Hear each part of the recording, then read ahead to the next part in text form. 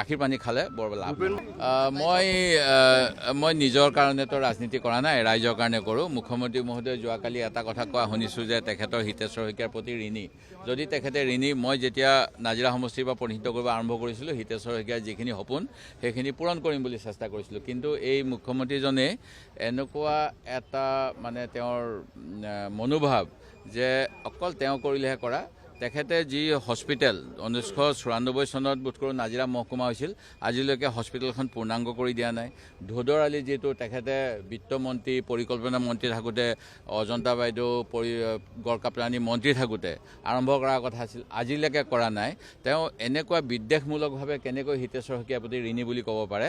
গতিকে তেওঁ যদি সঁচাকৈ হিতেশ্বৰ শইকীয়াৰ প্ৰতি অকণমানো সদ্ভাৱ আছে, যিজনে তেওঁক বিপদৰ সময়ত সহায় কৰিছিল বুলিয়ে ক'ম। কাৰণ তেখেতৰ সেই সময়ত পলিটিকেলি আশ্ৰয় এটা লাগিছিল, কাৰণ ছাত্ৰ সন্থাই তেখেতক বহিষ্কাৰ কৰিছিল আৰু ৰাজনৈতিক আশ্ৰয় লৈ পেলাই তেখেতে সেই সময়ত নিৰাপত্তা পাইছিল। সেই গতিকে তেখেতৰ যদি সঁচাকৈয়ে সেই তেনেকুৱা ভাল গুণ আছে যে উপকাৰীক অজগৰে নোখোৱা, তেতিয়াহ'লে নাজিৰা সমষ্টিৰ যিমান পেণ্ডিং কাম মই যোৱা সময়ছোৱাত কৈ আছোঁ সেইখিনি কৰি দিয়ক। সেইটোৱে তেখেতৰ ঋণ হ'ব। মোক নি পেলাই তেখেতে ব্যক্তিগতভাৱে মোৰ এনেকুৱা কোনো কথা নাই।